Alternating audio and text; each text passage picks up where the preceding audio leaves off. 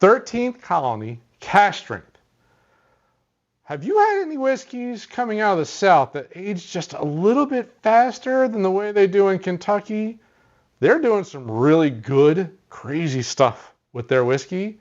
We're going to let you know what we think about this one.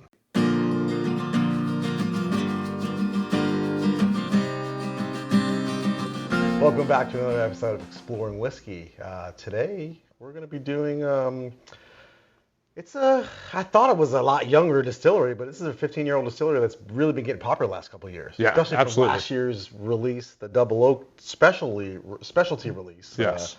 A lot of people put it there for their whiskey of the year. It showed up. That was the first time I heard of it, was because of that one Double Oak release that they did last year. I remember seeing the squatty bottle, but it never really, just kind of, never just slept on it. Didn't really have anything. Yep. But this one is the 13th Colony Cask Strength Bourbon. Yeah, this is a 2024 release. Been around for since 2008. Yeah. Did not know about this. They're located in someplace in Georgia. I forget where it is. They make bourbons, ryes, some gins, and vodkas, I think, as well. Yeah, they got but they got on the scene because of a Double Oak that they did. Yeah. Then they just started to do more single barrel releases. They've done some, now the Cask Strength release this year. They became so popular that this Cask Strength that they did for 2024, they doubled the run because they couldn't fulfill, the Double Oak was just disappearing so quickly. And they did a 15-year release that apparently was flipping for like $1,000 and all this just crazy. I had the opportunity for that one, but I want to say it was $300. Well, I don't know if that's the right MSRP, but I had it in my hand for $300 and I put it right back down. Not having any of their distillate before. Right, exactly. I mean, I tried their bourbon, I tried their regular rye The a year bourbon ago. was okay. The rye was, I didn't care for. Tasted young. Yeah. The Cask Strength, very solid. So I am now interested in what's going on with the Double Oak, things like that. Oh, man. The proof on this guy's kind of cool. I like when people do some weird things with their proofs. I do too. 120.64. So that's a dialed in proof right there. Yeah. Or just blending a bunch of things together and whatever it ends up it is. So I guess that could be it too. Anywhere from 5 to 6 year old bourbon mixed in here. A lot of corn going on. Heavy corn. Yeah. Pretty heavy corn. 70% with a 21% rye. Yeah. So let's see. Now, does it pour stupid? That it pours really well. It reminds me of a birthday bourbon sort of pour. No, that Double Oak, I had my feelers out all over the place. And even though we live in Tennessee and that's one of the biggest states it was released in, I did not see it. If you're seeing this and you don't live in Arkansas, Colorado, Connecticut, Florida, Georgia, Kentucky, Tennessee, or Texas, dang, you can't see this on the shelves. You can order it online, I think Sealbacks or whatever, Sealbacks, however you say that. I think they have it, but good luck. Those are the only states that actually have it distributed in the state. And the times they're released, it's like it breaks the internet, just like it's crazy. All the other sites. It's pretty crazy. Nice little amber brown color there. I did just watch the Bruzel. They did a barrel pick at 13th Colony, and they also have an experimental rack of just things they're messing with. And they did a sweet potato. All right. You get a bag and proof off the nose. Yeah, the proof is definitely there. There's no question about that. Wow, that candy sweetness. It's not brown sugar. Super sweet. It's not honey. There's this confectionery. Oh, right. I remember that. Yeah, like powdered sugar type thing, confectionery sugar. The top of a powdered donut. Maybe a touch of a jelly in there, like a fruit thing going on. Say a touch of maple too, maybe. Ooh, maple. That sweetness is evolving on my nose. It's going confectionery, then it's changed into a little bit of candy, bit of honey, and it's like this.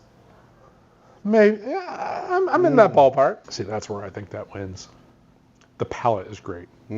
It's, you're getting the proof, you get the warmth, but there's no harshness. There's not like a burn anywhere. Warming through the chest, nice hug coming through, or Georgia grab. I don't know. Yeah. I always try to put what the state would be, because it's always like a Kentucky hug, but Georgia and Alabama need to work on something like that. Yeah, I don't know what that would be. Barrel char on the end too. A little bit of barrel coming through. For saying it's only supposed to be 5 or 6 years old, There's way more barrel notes than I would have been expecting. Tastes like 8-9-year-old bourbon. Yeah, there's like almost a touch of a leathery note, but just a lot of sweet notes coming through. Not a big rye bite by any means. No. Yeah, I mean, 21% rye usually will show up, but not a big bite by any means. Corn is forward. Super nice. Definitely corn is the forward grain. Yes, absolutely. But it's sweet corn. It's really good. It's approaching caramel. Second sip was a little bit more tingly on the tongue. A little bit more proof came through that time. But man, what a great palate. That's such a great palate in that pour. Actually, mine hit the back of the throat, like a little bit more aggressive on the back of the throat. But the way it lingers, the finish on that, very, very nice. Just good char notes, good wood notes, good leather notes, good sweetness. Not getting at the fruit that I was getting on the nose, but not really getting that. So before we add water into that whiskey for this review, just wanted to break in here and remind you that September is Childhood Cancer Awareness Month, and we are doing a fundraiser to raise funds for the St. Jude Foundation. We do this every September in honor of my son Jason, who passed away from an osteosarcoma back in 2016. We do this channel in his honor, and we do these fundraisers in his honor. So St. Jude has done amazing research and really improved the survival of childhood cancers, but still about 1 in 5 children do pass away from a cancer found during their youth. On top of that, another 90+% will deal with severe long-term health issues for the rest of their life, including recurrence or new cancers forming later in life due to the chemo treatments while they were children. All of this goes back to what St. Jude does. So once you are a patient at St. Jude, you are forever a patient at St. Jude. You are, even once you're past the age of 18, you can come back every 3 years. They'll do a follow-up, and that's good for the patient. It's also good for the research. They're trying to see what the long-term effects are of the different treatments and things like that. And they share all their other research with other hospitals that deal with these cases of childhood cancer and other childhood diseases. So they're constantly updating their information and sharing it out so that survival rates improve. Again, in the month of September, anything that you donate before the end of the month, we will match, which is just an amazing effort of raising funds to help this great research hospital do all the important work that they need to do to make it so that 100% of children survive a cancer treatment or just don't get it at all. Either way, I'd be good with that. Thank you very much for watching. Really appreciate if you would donate, and let's see what this whiskey tastes like with a little bit of water added. I think it's going to do well with water too. I really do. I think it's going to do some. Maybe that. I'm hoping the fruit pops maybe that fruit pops out a little bit. That's exactly what I was hoping for. Man, a jelly donut would be nice. Yeah, that confectioner's sugar with a little bit of like jam jelly going on in there. Yeah, we tried this before, and I was getting a lot of gum.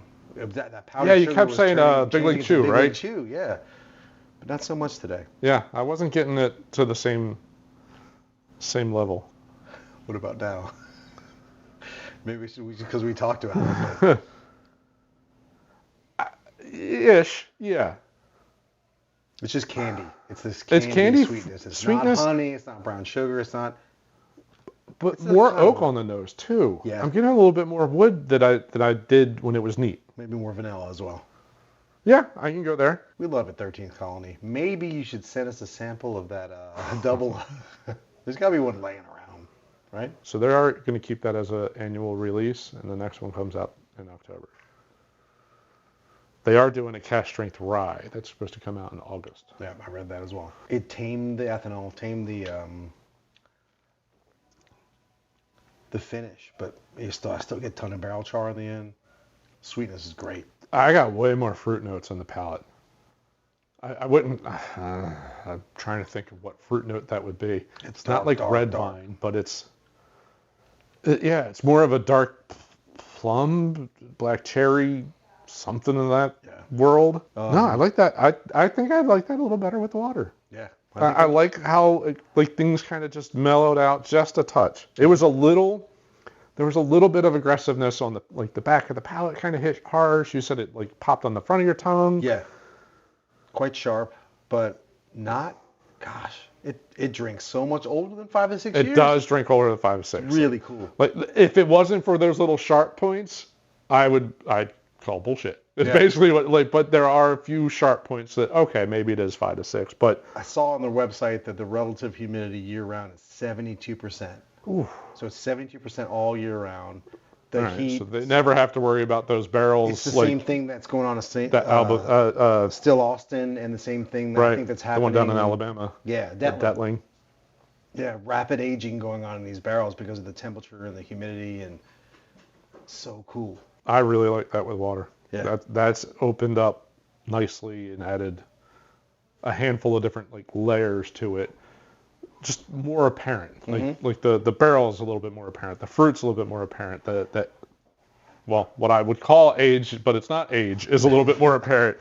So everything about that's really nice. I like finding bottles now. I noticed there's sometimes I just don't want to drink neat, all the time. And there's sometimes I feel like, oh, this is not going to hold up with ice. This is not going to do well. I love finding bottles that will. Yeah. I think this will. On a small cube, I'd be really interested to see what that's like on a small cube. Yeah. I don't know, I don't think it needs a big cube. Like it doesn't drink that hot that I would say it's a big cube. No. But a nice small cube or two to just kind of chill it out and add a little water to it.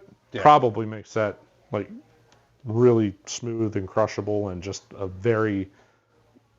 more well-rounded. Well-rounded drink, yeah. Yeah. Yeah. I know it's hard to find. It's a limited release, but if you stumble upon it, I mean, it's almost $100. You're probably going to spend around $100 for it. $90 to $100 is probably what you're going to spend, possibly a little bit over depending on where you're at. If you're a fan of their normal distillate or their normal expressions, boom, get it. Yeah, and these come out in May? Yeah. I think. So the next big release would be May of next year. Yeah. Very good grab and just kind of a cool little bottle and a cool little distillery. So it does take up a lot of room. It is one of those that kind of like displaying, like spreads out a little too much, but I get it. Like whatever. It's cool. If you cool. Like it, you're different. Gonna find a spot for it. Yeah, exactly. That's right. You will find it. You will make room. Hope you enjoyed our review of 13th Colony Cask Strength Bourbon. Good stuff. You're in the states that it's released, or if you're traveling, pick it up. Yeah, absolutely. If you enjoyed our review, love it if you could throw a like down at the bottom. We are continuing to try to grow the channel, and a like on this helps with the videos being shared around the YouTube world. And what do I link up here? You know what? I think we'll link the Detling. I think that's kind of a good comparison, but that's a 4-grain cask strength one. But that was Bottle and Bond. There's Bottle and Bond. 4-grain Bottle and Bond. 6-grain. 6-grain. That's right. You're right. But what's happening in the barrel is very similar. Very similar longitude. Mm-hmm. Latitude, longitude. Longe, yeah. Yeah. Yes. So similar longitude, so probably very similar. Yeah. So link that up there. So if you're, take a look at that one and see how different that is when you add in a handful more grains. So. Yeah, if you stumbled upon us the first time, and if you like our reviews, check us out and give us a subscribe. Yeah, doing plenty of things, not just bourbon, whiskey. That's right. All whiskeys, cocktails, throw it all out there. We love it all. Yeah, absolutely. And we're honest. Try to be. We're as honest for our palates as we can be. Anyway, all right. Thanks very much for watching, and we'll see you on the next episode. Cheers.